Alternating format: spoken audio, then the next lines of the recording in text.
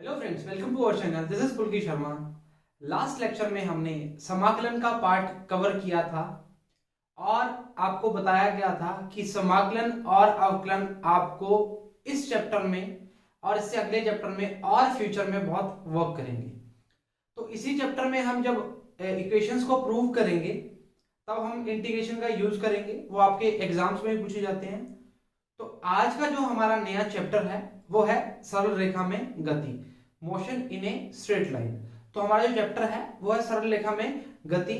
इस चैप्टर में स्टार्ट होने से पहले दो तीन चीजों की बात करेंगे कि किसी भी पॉइंट की बात करेंगे, किसी भी पिंड के लिए स्थिति कैसे फाइंड करते हैं, किसी भी पिंड को हम कैसे बताते हैं कि वो किस दिशा में जा रहा है, किसी भी पिंड के लिए उसकी दूरी, उसका विस्थापन, उसकी चाल, उसका वेग, उसका त्वरण किस प्रकार होता है, एक समान गति क्या होती है, असमान गति क्या होती है, तीनों जो हमने इक्वेशन प्रूव किए हैं वो हमने कैसे प्रूव किए हैं, तो वो इस चैप्टर में हम डिस्कस करेंगे।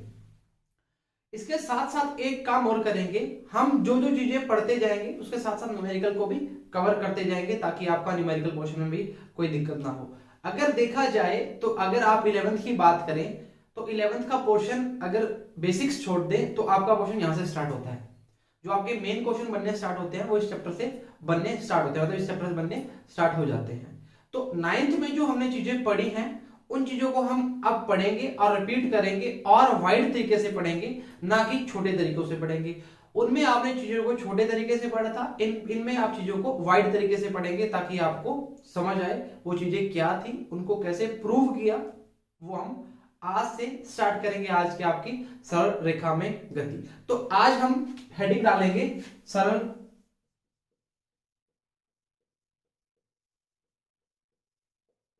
में गति। इसको बोलेंगे, अगर बोलेंगे हिंदी इंग्लिश में बोलेंगे तो बोलेंगे motion in a straight line. ठीक है, सरल रेखीय गति भी बोल सकते हैं, कोई चक्कर वाली बात नहीं है। तो सबसे पहले बात करेंगे कि यह ब्रांच जो है फिजिक्स के किसके अंदर आती है। तो हम बात करेंगे, अगर हम यांत्रिकी की बात करेंगे, मैकेनिक्स की बात करते हैं।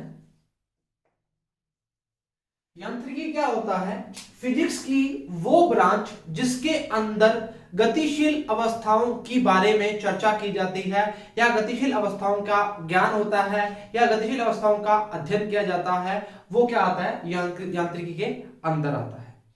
यांत्रिकी को बोलते हैं इंग्लिश में मैकेनिक्स। मैकेनिक्स का मतलब क्या होता है? मैकेनिक्स का मतलब होता है, हम बोलते हैं यांत्रिकी का मतलब क्या होता है कि अगर हम किसी भी पिंड की बात कर रहे हैं, वो किसी भी पिंड की क्या कर रहा है? गति कर रहा है। गति करने का मतलब क्या कर रहा है? मूव कर रहा है। मूव करने का मतलब वो चल रहा है, मतलब उसकी स्थिति क्या है? स्थिर नहीं है। स्थिर का मतलब क्या हो गया? अगर मैंने बोला कि अगर ये जो मार्कर है मेरे हाथ के ऊपर पड़ा हुआ है, एक साल बाद आपने देखा किसी भी प्रकार के किसी ने कोई पंगा नहीं किया इसके साथ, तो ये मार्कर एक साल तक भी क्या रहेगा? स्थिर रहेगा। तो किसी भी बॉडी का स्थिर रहना आप क्या बोलोगे कि वो बॉडी हिल नहीं रही, मतलब वो बॉडी क्या कर रही? मूव नहीं कर रही।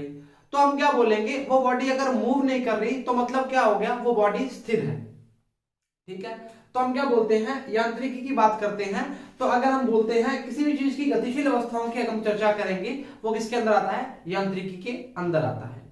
अब हमारी प्रकृति में कई चीजें हैं, जैसे हम चलते हैं, हम बोलते हैं, हम हिलते डुलते हैं, तो हम क्या बोलते हैं? हम वातावरण के सापेक्ष कुछ ना कुछ काम कर रहे हैं। हम क्या कर रहे हैं? वातावरण के सापेक्ष कुछ ना कुछ काम कर रहे हैं। तो हम क्या बोल रहे हैं? हम ये बोल रहे हैं कि हम जो गतिशील करते हैं, गतिशील अवस्था में होते हैं, या हम दूसरी अवस्था कौन सी होती है? हम स्थिर अवस्था में होते हैं। ठीक है, आप गतिशील को क्या बोलते हैं? इंग्लिश में बोले तो क्या बोलेंगे? मोशन। और इसको क्या बोलेंगे? रेस्ट। अब देखो जी, इंग्लिश में मैं तो बता रहा हूं क्योंकि आपको समझ आ जाएगा। हम बोलते हैं कि हम बहुत ज्यादा थक चुके हैं, हमें रेस्ट की जरूरत है। हम बोलते हैं हम इतने मोशन से, इतनी स्पीड से आ रहे हैं, तो हम क्या बोल रहे हैं? हम गतिशील अवस्था में आ रहे हैं। तो आप समझो जी, आप अगर रेस्ट कर रहे हो तो आप हिलते हो क्या? टेक्निकली सोचा जाए, अगर हम सो जाते हैं तो हम क्या कर रहे हैं? हम रेस्ट कर रहे हैं। तो हम किस अवस्था में हैं? हम वातावरण के सापेक्ष क्या हैं? वातावरण के सापेक्ष क्या है? हम लेटे हुए हैं, मतलब हम हिल नहीं रहे। तो अगर वातावरण के सापेक्ष हम लेटे हुए हैं या हम किसी टेबल पे बैठे हुए हैं या किसी किताब को टेबल पे पड़ी है, वो किताब अगर वो बुक जो है वो बुक टेबल पे पड़ी है तो हमने क्या बोला, वो बुक टेबल पे पड़ी है तो हमने क्या बोला कि वो बुक जो है वो बुक क्या है, स्थिर अवस्था में है। ठीक बात। हमने क्या बोला कि एक मोटरसाइकिल है, वो मोटरसाइकिल क्या कर रहा है, चल रहा है, वो मोटरसाइकिल चल रहा है तो हम क्या बोला कि वो मोटरसाइकिल आगे आगे चल रहा है, तो हमने क्या बोला, ये कौन सी स्थिति में, गतिशील स्थिति में। ठीक बात। तो आपको दोनों चीजों की समझ आ गई होगी, गतिशील क्या होता है और स्थिर क्या होता है। स्थिर को हम ऐसे बोलेंगे जो वस्तु या पिंड वातावरण के सापेक्ष, वातावरण के सापेक्ष क्या हो, स्थिर हो। मतलब वातावरण के सापेक्ष मतलब वो वातावरण की बात करेंगे, वातावरण क्या है, हमारे आसपास की क्या है, प्रकृति की जो सराउंडिंग है उसको हम क्या कहते हैं, वातावरण कहते हैं। उसके सापेक्ष अगर स्थिर है तो वो क्या है, उसकी स्थिर अवस्था, और उसके सापेक्ष अगर गतिशील है तो वो क्या है, उसकी गतिशील अवस्था। बात समझ आ गई, बात समझ आ गई। वापस बात करेंगे, वापस बात करेंगे। हम बात करेंगे कि यांत्रिकी की बात करें, यांत्रिकी में क्या लेते हैं, जिसमें गतिशील अवस्थाओं की बात करते हैं, जिसमें गतिशील अवस्थाओं का अध्ययन करते हैं। उसके बाद हम क्या पढ़ते हैं, गतिशील अवस्था होती क्या है। गतिशील अवस्था क्या होती है कि हम बोलते हैं वातावरण के सापेक्ष हम क्या कर रहे हैं, चल रहे हैं, मतलब हम मूव कर रहे हैं, हम भाग रहे हैं, हम दौड़ रहे हैं, हम चल रहे हैं, कुछ भी कर रहे हैं, वो हमारी क्या है, गतिशील अवस्था है। रेस्ट की अवस्था क्या है, हम वातावरण के सापेक्ष क्या है, स्थिर है। अगर कोई, आपको एग्जांपल, सिंपल सा एग्जांपल बताते हैं। अगर कोई बंदा या कोई व्यक्ति अगर भाग रहा है आपके सापेक्ष, आप खड़े हो, आपने क्या बोला, वो इंसान चल रहा है, हमारे सापेक्ष वो भाग रहा है, चल रहा है, आपने क्या बोला, वो किस स्थिति में है, गतिशील स्थिति में। और उसको क्या लगेगा, हम किस स्थिति में है, स्थिर स्थिति में है। बात मानते हैं। वैसे ही हम बोलते हैं कि अगर किसी भी ट्रेन में अगर कोई बंदा दूसरे बंदे के सामने बैठा है, ट्रेन के अंदर, दोनों आपस में क्या आमने सामने व्यक्ति बैठे हैं, एक बंदा प्लेटफॉर्म पे खड़ा है और ट्रेन वहां से निकलती है। अब ये तो दो बंदे जो ट्रेन में बैठे हुए हैं, तो ये तो क्या कर रहे हैं, ये कौन सी स्थिति में है, गतिशील स्थिति में है। पर इस प्लेटफॉर्म वाले का बोलता है, इस प्लेटफॉर्म वाले को क्या बोलते हैं, ये स्थिर स्थिति में है, और ये आपस में क्या है, स्थिर स्थिति में है। मतलब आपस में क्या है, ट्रेन के आमने सामने बैठे तो वो क्या है, स्थिर स्थिति में। तो हमने क्या बोला, एक सापेक्ष की बात करते हैं, तो एक के सापेक्ष क्या होता है, गतिशील अवस्था में होता है, दूसरे के सापेक्ष क्या होता है, स्थिर अवस्था में होता है। ठीक बात। अच्छा जी, अब हमने एक बात की, वो हमने बीच में क्या बोल दिया, वो बोल दिया हमने निर्देश तंत्र। ठीक है, इसको बोलेंगे रेफरेंस ऑफ फ्रेम। ठीक है, इसकी बात हम 2 मिनट में करते हैं। पहले वापस बता देते हैं, गतिशील मतलब चलना, स्थिर मतलब रुका होना। ठीक बात। अच्छा, इरेज कर रहे हैं।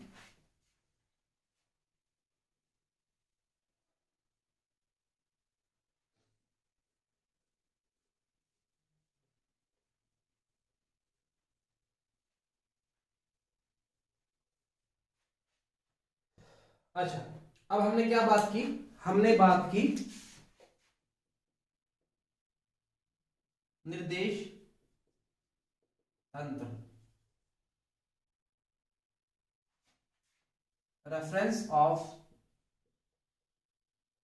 या ऐसे लिखो frame of reference, frame of, REFERENC। ठीक है, फ्रेम ऑफ रेफरेंस। निर्देश तंत्र क्या होता है, निर्देश तंत्र वह तंत्र होता है जो किसी भी पिंड की स्थिति को बताता है या पिंड की स्थिति की दिशा को बताता है। कैसे सर, हमने बोला कि ये स्थिति क्या है, x, y and z। x क्या होता है, x अक्ष होती है, y क्या होती है, y अक्ष होती है, z क्या होती है, z अक्ष होती है। अब x अक्ष की बात करेंगे, y अक्ष की बात करेंगे और z अक्ष की बात करेंगे। तो आप एक बात बताओ कि x अक्ष क्या होता है, y अक्ष क्या होता है और z अक्ष क्या होता है। सर ये अगर बोलेंगे, अगर एक पॉइंट की है, इसको हम बोलेंगे मूल बिंदु, तो हम क्या बोलते हैं सर, कोई बंदा अगर मूल बिंदु से चला है, कोई पिंड मूल बिंदु से चला है, तो अगर इस दिशा में चल रहा है तो हम क्या करेंगे, x की दिशा में जा रहा है। अगर हम बोलेंगे तो क्या बोलेंगे, y की दिशा में जा रहा है। अगर हम बोलेंगे जेड की दिशा में जा रहा है, तो अगर एक इंसान के लिए बोलना चाहें तो हम क्या बोलेंगे, सर वो तीनों दिशा में जाता है, तो हम क्या बोलेंगे एक्स वाई जेड, मतलब एक्स की दिशा में 6 मीटर, वाई की जगह 3 मीटर और जेड की जगह 7 मीटर चला है, तो वो क्या है, तीनों दिशाओं को कवर कर रहा है।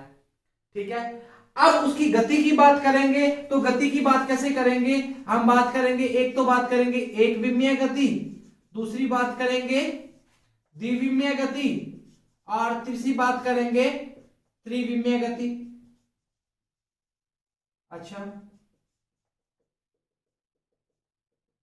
अच्छा, एक विमीय गति क्या होती है, एक विमीय गति वो होती है कि अगर हम खाली एक्स में चल रहे हैं, वाई और जेड की बात ही नहीं कर रहे, मतलब हमारी जो पोजीशन है वो एक्स में चल रही है, वाई और जेड की बात ही नहीं कर रही। अगर द्विविमीय की बात कर रहे हैं, मान लो हम एक्स और वाई में चल रहे हैं, त्रिविमीय की बात कर रहे हैं, तो एक्स वाई और जेड तीनों को हम बता रहे हैं। बात समझ आई, बात समझ आई। तो हम क्या बोलना चाह रहे हैं, हम बोलना चाह रहे हैं एक विमीय का मतलब हो गया कि एक्स दिशा में बाकी दो स्थितियों का हमें पता ही नहीं, नॉलेज नहीं है, चाहे एक्स में चल रहा हो, चाहे वाई में चल रहा हो, चाहे जेड में चल रहा हो, ऐसा कोई डिफाइन नहीं है कि वो एक्स में ही चलेगा। और एक बात और समझा देता हूं कि एक्स मैंने यहां लिखा है, एक्स यहां भी हो सकता है, यहां भी हो सकता है, कई जगह कहीं भी हो सकता है, पर हमने जो हमारे रूल बने हुए हैं या हम मानते हैं जो स्पेसिफिक है एक्स वाई जेड को, हम बचपन से ऐसे पढ़ते आ रहे हैं तो हमें ऐसे ही याद है। क्लियर बात। अच्छा जी, अब सबसे पहली बात क्या है, एक्स की मतलब क्या हो गया कि अगर मैंने बोला कि एक जो पिंड है वो एक्स स्थिति में है, तो आप हमने क्या बोला, उसका एक विमीय है। एक्स और वाई स्थिति में है, हमने तो क्या बोला, दो विमीय हो गया। और तीनों स्थितियों में मूव कर रहे हैं, मतलब तीनों के निर्देशांक निकालेंगे एक्स वाई जेड, तो हमने क्या बोला, वो क्या है, त्रिविमीय पिंड गति कर रहा है। आप समझ आई। अब देखो जी, छोटे छोटे एग्जांपल चेक करते हैं इसके। अब इसको मैं इरेज करके वापस थोड़ा लिखना चाहूंगा, इसको इरेज करके वापस लिखना चाहूंगा। अच्छा, अब देखो जी, अब क्या हो गया, एक विमीय गति, एक विमीय गति समझ आ गई, चाहे एक्स पे चले, चाहे वाई पे चले, चाहे जेड में चले। क्लियर बात। अच्छा, इसके लिए बोल दिया, एग्जांपल लिख रहा हूं सीधा, किसी रेल का सीधे ट्रैक पर चलना। ठीक बात। अच्छा, अगर हम बोलेंगे कि ये एक विमीय गति के लिए बोला है, तो अगर बात करो कि किसी भी कार की बात करते हैं, सॉरी किसी भी पिंड की बात करते हैं, वो अगर एक इसमें जा रहा है तो वो क्या है, एक्स अक्ष में जा रहा है, इसमें जा रहा है तो वाई अक्ष में जा रहा है, इसमें जा रहा है तो जेड अक्ष में जा रहा है। अच्छा, ये तो इसका हमने बोल दिया एक्स अक्ष के लिए, मतलब एक दिशा में गति कर रहा है। तो हम क्या बोल रहे हैं कि एक्स अक्ष में एक दिशा, वाई अक्ष में दो दिशा और जेड अक्ष में तीन दिशा।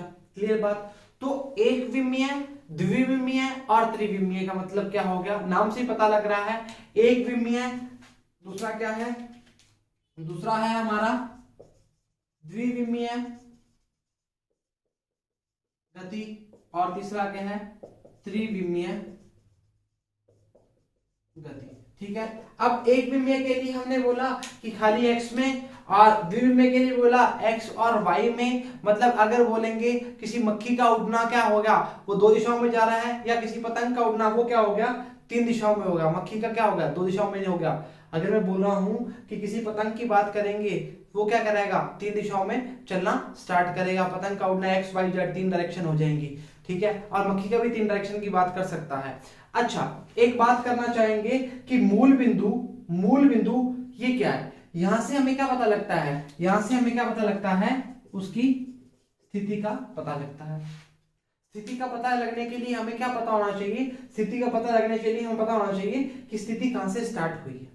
तो अब बोलेंगे कि स्थिति का मापन करने के लिए हमें किन किन चीजों की रिक्वायरमेंट होती है, वो हम बताएंगे। इसको उतारना चाहोगे उतार सकते हो, नहीं उतारना चाहोगे तो नहीं, कोई चक्कर नहीं है, इसको मैं वापस समझा दूंगा। 1 मिनट का समय, उतारना चाहोगे तो उतार लो जी।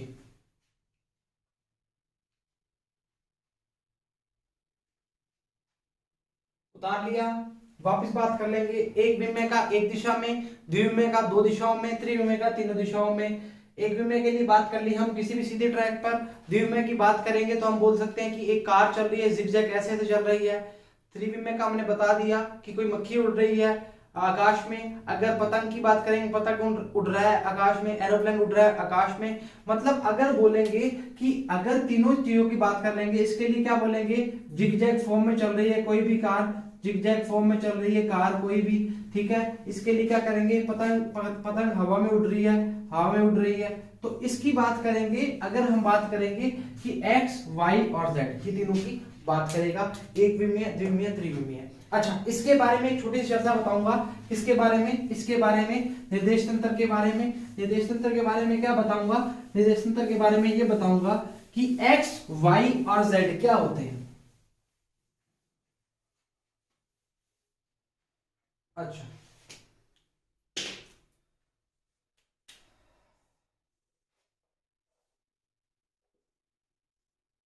एक्स वाई और जेड, ध्यान रखना जी, x का y के सापेक्ष हमेशा दोनों के बीच में क्या होगा, 90 डिग्री। y का z के सापेक्ष 90 डिग्री और इसके सापेक्ष क्या होगा, मतलब x y के या x z के या y z के या y x के हो चुका है, z x के या z y के, तीनों का अलग अलग बता दिया। ये आपस में क्या होंगे, हमेशा क्या होंगे, परपेंडिकुलर टू ईच अदर, मतलब आपस में क्या होंगे, लंबवत, एक दूसरे के लंबवत होंगे। बात समझ आ गई। तो हमने क्या बोला, एक्स वाई और Z X Z Y Z आपस में क्या होंगे, एक दूसरे के लंबवत होंगे।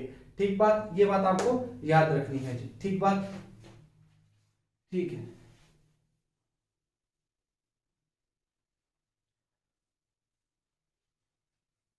अच्छा, अभी मैंने बात की किसी भी चीज का, किसी भी पिंड का मापन कैसे करते हैं, किसी भी पिंड का मापन कैसे करते हैं। तो किसी भी पिंड का मापन के लिए हम क्या लिखेंगे, स्थिति का मापन किस प्रकार किया जाता है। स्थिति का मापन के लिए 3 बिंदुओं की हमें रिक्वायरमेंट होती है। वो बिंदु क्या क्या है, फर्स्ट है मूल बिंदु, अच्छा, सेकंड क्या है, दिशा, और थर्ड क्या है, मात्रक। थर्ड क्या है, मात्रक। सर इससे कैसे पता लगेगा, इससे हमें ऐसे पता लगेगा, देखो सबसे पहले हम बात करेंगे किसकी, मूल बिंदु की। अगर मैंने बोला कि इस पॉइंट की, ये मैंने पॉइंट लगा दिया, मैं क्या इसकी दूरी बताओ कितनी है। आप बोलोगे सर क्या बात कर रहे हो, इस पॉइंट की दूरी कहां से बताऊं, कहां से बताऊं। मैं बोलूंगा इस पॉइंट की दूरी तू बता, आप पूछोगे सर कहां से, मैं बोलूंगा यहां से। तो ये इसके लिए क्या बन गया, मूल बिंदु। मूल बिंदु क्यों बोल रहा हूं उसको मैं इसलिए बोल रहा हूं कि यहां से लेकर यहां तक दूरी मापोगे, यहां से आपने दूरी कितनी ली इसकी, 0, यहां से 0 दूरी का ली 0। आपको बोला कि आपके दोस्त को लेके आओ, आप पूछोगे सर कहां से, मैं कहूंगा दोस्त को लेके आओ। आप पूछोगे सर कहां से, बस स्टैंड से लाऊं, रेलवे स्टेशन से लाऊं, बाजार से लाऊं, उसके घर से लाऊं, कहां से लाऊं। अगर मैं बोल दूंगा कि उसके घर से लेके आ जा तू उसको, तो आप बोलोगे ले भी, घर उसका क्या बन गया, मूल बिंदु बन गया। तो मूल बिंदु का मतलब क्या हो गया, उस चीज की स्थिति को बताना, उस चीज की स्थिति को बताना। तो हमने उसकी स्थिति क्या बताई, उसकी हमने स्थिति बताई कि उसका घर है। अब सेकंड बात करते हैं दिशा। अगर मैं बताऊंगा ही नहीं कि आपको उसका जगह का एड्रेस नहीं बताऊंगा, आपको बताऊंगा नहीं कि उसको यहां चलना है, इस जगह पर चलना है, अगर उसको मैं बताऊंगा नहीं कि उसको एक्स पे चलना है, वाई पे चलना है या जेड पे चलना है, तो हम दिशा नहीं बता पाएंगे। तो वो चल कैसे पाएगा। किसी भी चीज को अगर हम ट्रैक नहीं बताएंगे, उसको जगह नहीं बताएंगे, तो वो चल कैसे पाएगा। समझ रहे हो बात। हाँ, तो एक्स वाई एंड जेड ये हमें क्या है, इसकी दिशाएं हैं, अक्ष की दिशाएं की बात करते हैं।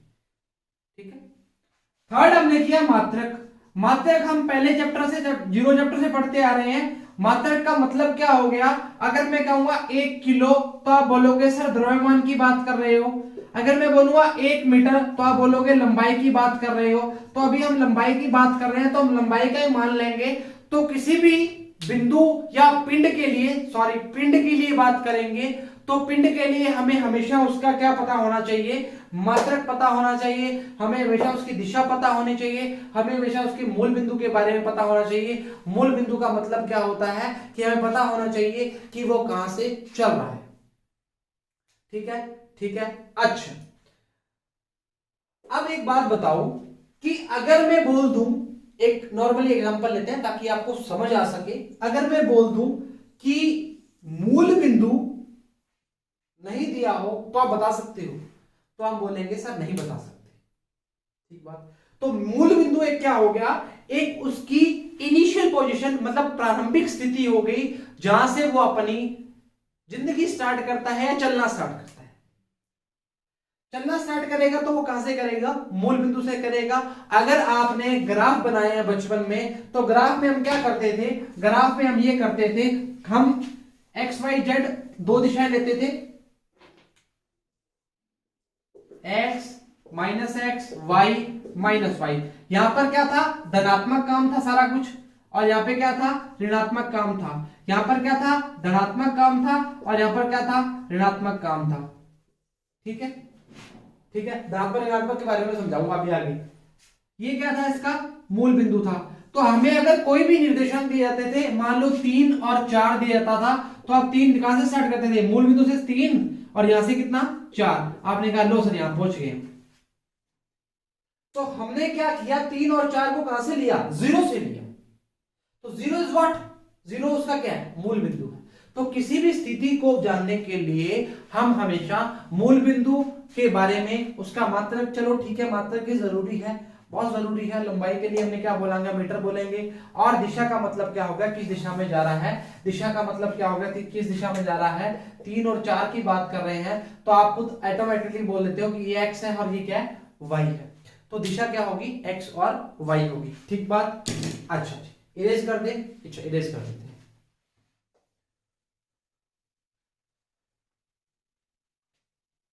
ये तो थी आपकी चर्चा जो आपको समझनी जरूरी थी। अच्छा, अब हम चर्चा करेंगे किसकी, किसकी करेंगे, दूरी और विस्थापन की। ठीक है, मिलकर नहीं। अच्छा, अब हम चर्चा करेंगे दूरी व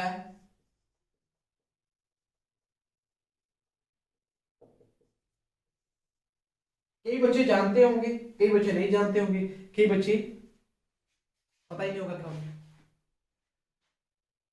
दूरी क्या होता है, सर सिंपल सी बात है, मैंने ये दूरी तय कर ली, आपने वो दूरी तय कर ली, उसने वो दूरी तय कर ली।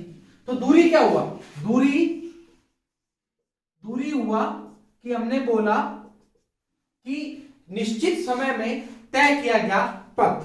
क्या लिखेंगे, निश्चित समय में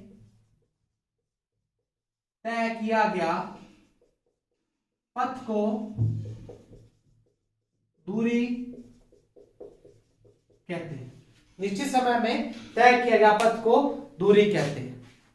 अब निश्चित समय में तय किया गया पथ का मतलब क्या हुआ, हमने बोला कि हमने 5 मिनट में, हम 5 मिनट में x से चलकर y पर पहुंच जाते हैं, x से चलकर 5 y तक पहुंच जाते हैं। तो मैंने बोला आपने 5 मिनट में 10 मीटर दूरी तय कर ली, आपने 5 मिनट में 10 मीटर दूरी तय कर ली। अच्छा, दूसरी बात, दूरी को ओडोमीटर से नापते हैं।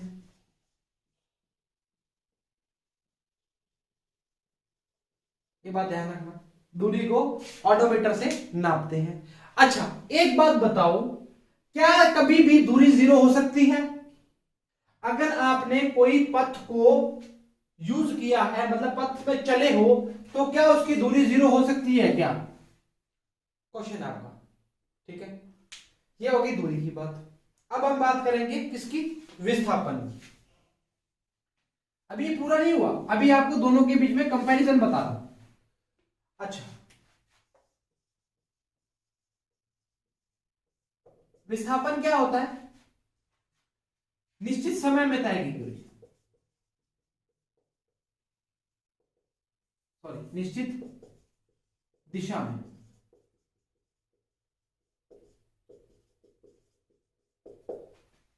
निश्चित दिशा में तय की गई दूरी या तय किया गया पथ लिख दो बस। अब दूरी लिखोगे तो ऐसे बोलना चाहूंगा, अगर मान लो ये मैंने क्या ले लिया, एक वर्त ले लिया। अगर मैं यहां से चला और यहां से लेकर यहां तक वापस पहुंच गया, यहां से लेकर यहां तक वापस पहुंच गया, तो आप क्या बोलोगे सर दूरी क्या हो गई 2πr, और विस्थापन क्या हो गया, विस्थापन क्या हो गया 0। सर ऐसा क्यों, ऐसा क्यों? अब सब कुछ भूल जाओ, एक चीज याद रखो, इसको इरेज कर रहा हूं, इसको भी इरेज कर रहा हूं और इसको भी इरेज कर रहा हूं। ये देखो भाई, ये हमने एक बनाया त्रिभुज, ठीक है। अब हम लोकल लैंग्वेज में पढ़ेंगे ए बी सी, ठीक बात। हमें ए से बी तक जाना है,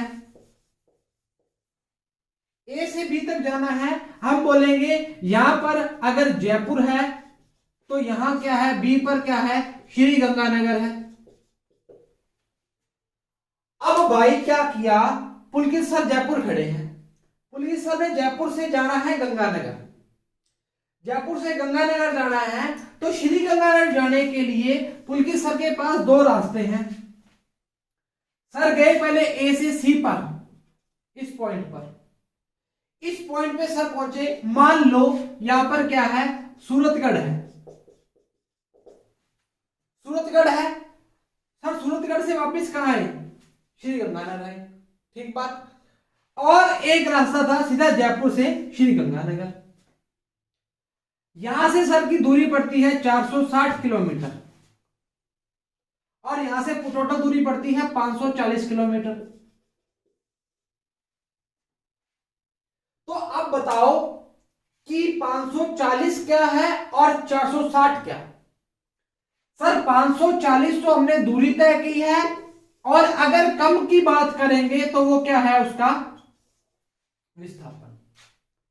अगर नंबर को छोड़ना चाह रहे हो तो नंबर छोड़ दो, इसको छोड़ दो, तो अब ऐसे बोलना चाहोगे, अगर ए से AC प्लस BC करेंगे तो हम क्या आएगा, AC आएगा।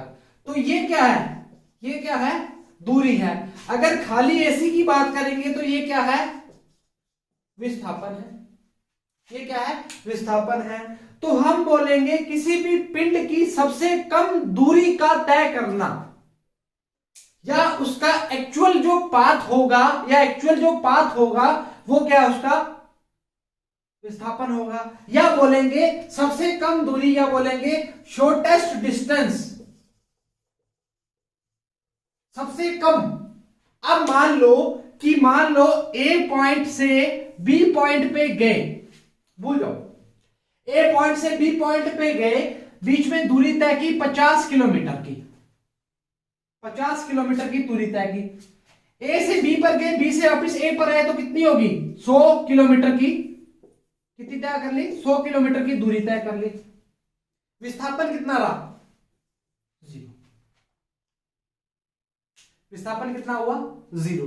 कैसे सर, हमने बोला A से B पर जा रहे हैं, हम बोल रहे हैं A से B पर जा रहे हैं, तो A से B पर जाने के लिए हमने क्या बोला कि हमने 50 यहां चले, 50 यहां चले, कितना चल रही है, 100 चल रही है, पर हमारा विस्थापन क्या होगा, 0 होगा।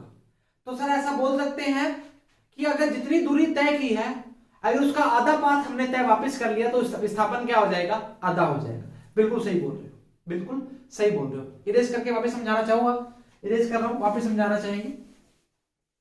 जो बच्चों को अगर कंफ्यूजन है वो जिंदगी में कंफ्यूजन निकल जाएगा, हमेशा के लिए याद रहने के लिए बात बोलेंगे।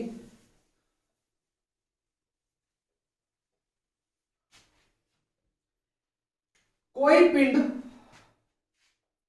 6 मीटर पूरब की ओर, 8 मीटर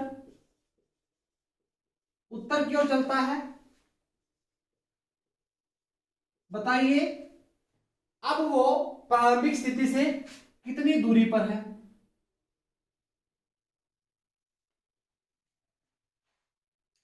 दूरी कितनी होगी?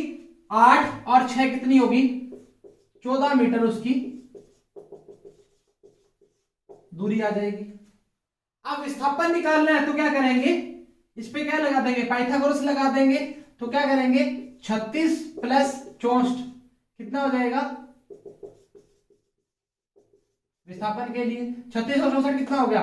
10। 100 हो गया ना? 6 और 3 9 100 कितना आ जाएगा? 10।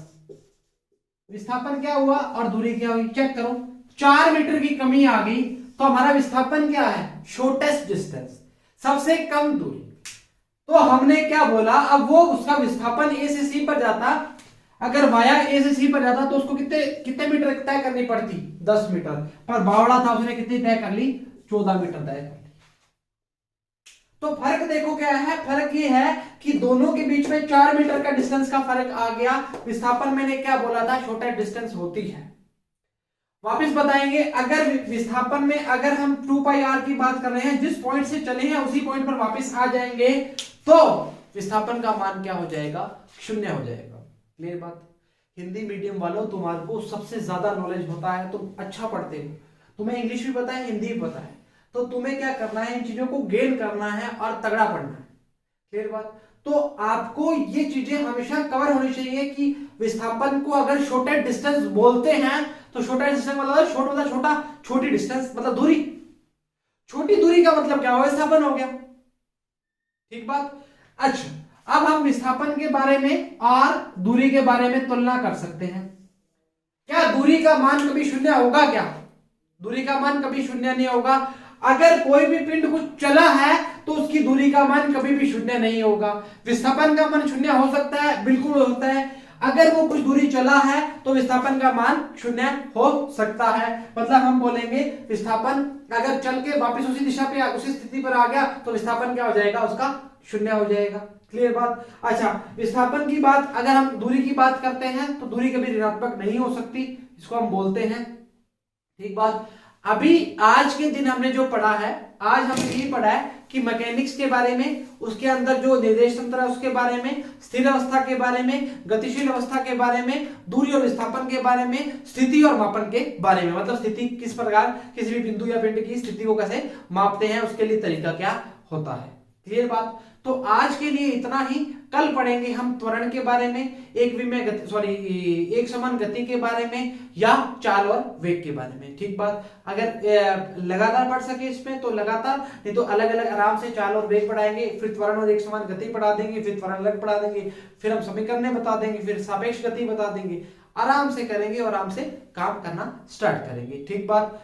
आज के लिए इतना ही। सभी लेक्चर्स को प्रॉपर देखें। जो बच्चे दिवाली का ब्रेक के बाद लेक्चर्स को नहीं देख रहे, वो लेक्चर को प्रॉपर देखना स्टार्ट करें, रेगुलर रखें, और जो लास्ट वाले लेक्चर आपके बचे हैं उनको भी रेगुलर देखना स्टार्ट करें। जिन लेक्चर में प्रॉब्लम आती है अपनी यूट्यूब पे सर्च करें जो भी टॉपिक है, और इन्फिनिटी एजुकेशन या पुलकित शर्मा बाय पुलकित शर्मा करोगे तो आपको वो लेक्चर, आपका सुंदर सा लेक्चर आपको दिख जाएगा और सुंदर से सर आपको दिख जाएंगे।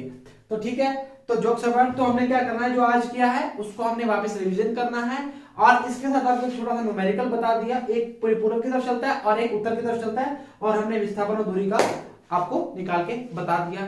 तो आज के लिए इतना ही। सभी को यही बोल रहा हूँ कि लेक्चर्स को प्रॉपर देखें। जो बच्चे चैनल पर नए हैं शेयर करें, सब्सक्राइब करें चैनल को, और जो बच्चे पुराने हैं वो ज्यादा से ज्यादा और शेयर करें, और ज्यादा सब्सक्राइबर को सभी अपने आसपास के जितने भी भाई बंधु हैं उनको बोले कि अधिक से अधिक सब्सक्राइब करें। Thank you very much.